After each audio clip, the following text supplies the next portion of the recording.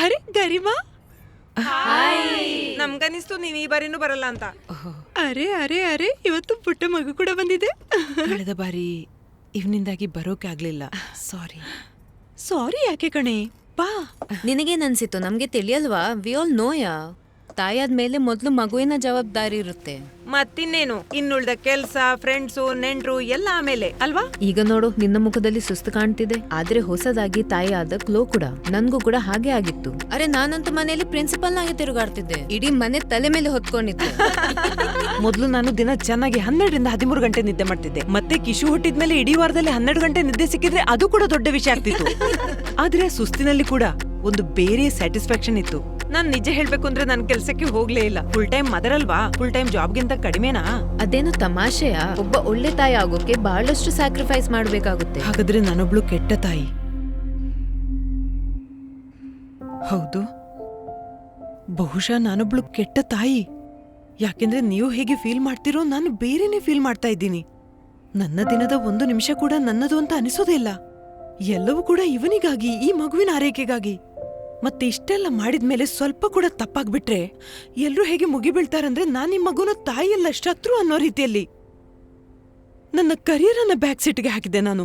Promotion, ಅಪ್ರೇಸಲ್ಸ್ ಎಲ್ಲವೂ hold ಆಗೋಯ್ತು. ಅರೆ, ಹಾಲು ಮತ್ತು ಡೈಪರ್ ನಡುವೆ ನನ್ನ ಅಸ್ತಿತ್ವ ಎಲ್ಲಿ ಉಳಿತೀಗ?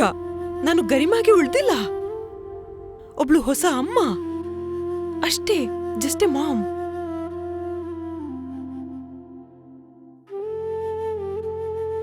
ಸಾರಿ, ಡೋಂಟ್ ಗೆಟ್ ಮಿ ರಾಂಗ್. ನನಗೆ ಖುಷಿ ಇಲ್ಲ ಅಂತ ಅಲ್ಲ, ಬದಲಾಗಿ ನಾನು ಬಹಳ ಖುಷಿಯಾಗಿದ್ದೀನಿ. And I really love him. ಆದ್ರೆ ಹಿಂದೆ ಕಳೆದು ಹೋಗಿದೆಯಲ್ಲ, ಅದರ ನೋವು ಕೂಡ ಇದೆ. ಅವರ ಕಣ್ಣಲ್ಲಿ ಮೊದಲಿದ್ದ ಹಾಗಿನ ಪ್ರೀತಿ ಕಾಣಿಸ್ತಿಲ್ಲ ನನ್ಗೆ. ಅಲ್ಲ, ಅವರ ವಿಷಯ ಬಿಟ್ಟು ಬಿಡಿ. ಈಗಂತೂ ನಾನೇ ಗುರುತಿಸೋದಕ್ಕೆ ಆಗ್ತಾ ಇಲ್ಲ ನನ್ಗೆ. ನಾನೇನು double chin, mummy pooch, stretch mark, weight gain, hair loss, it's all so disgusting, right? ಅದಿಲ್ಲಿ ನಿಮ್ಗೆಲ್ಲ ಅನಿಸ್ಬಹುದಲ್ಲ, ನಾನೊಬ್ಳು ಕೆಟ್ಟ ತಾಯಿ ಮಾತ್ರ ಅಲ್ಲ, ಕೆಟ್ಟ ವ್ಯಕ್ತಿ ಕೂಡ ಅಂತ. ನೀನು ಕೆಟ್ಟ ವ್ಯಕ್ತಿಯೂ ಅಲ್ಲ, ಕೆಟ್ಟ ತಾಯಿಯೂ ಅಲ್ಲ. ಈಗ ನಿನ್ಗೇನು ಫೀಲ್ ಆಗ್ತಿದ್ಯಲ್ಲ, ಇದು ನಮ್ಮಲ್ಲಿ ಹೆಚ್ಚಿನವರಿಗೂ ಇದೇ ರೀತಿ ಫೀಲ್ ಆಗಿತ್ತು, ಆದ್ರೆ ಶೇರ್ ಮಾಡಿರ್ಲಿಲ್ಲ. And I am really proud of you. ನೀನ್ ಇದ್ರ ಬಗ್ಗೆ ಮಾತಾಡಿದ್ಯಲ್ಲ ಗರಿಮಾ, ಇದು ಪೋಸ್ಟ್ ಪಾರ್ಟಮ್ ಡಿಪ್ರೆಷನ್ನ ಸಿಂಪ್ಟಮ್ಸ್. ಈ ಮಹಿಳಾ ದಿನದಂದು ನನ್ನ ಬಗ್ಗೆ ಯಾರೇನು ತಿಳಿದುಕೊಳ್ಳುತ್ತಾರೋ ಎಂಬ ಭಯವಿಲ್ಲದೆ ಆಕೆ ಮಾತನಾಡಬಲ್ಲ ಒಬ್ಬ ವ್ಯಕ್ತಿಯಾಗೋಣ. ಸ್ವಲ್ಪ ಬೆಂಬಲದಿಂದ ಸ್ತ್ರೀತ್ವ ಮತ್ತು ಮಾತೃತ್ವ, ಶಿ ಕ್ಯಾನ್ ಕ್ಯಾರಿ ಬೋತ್.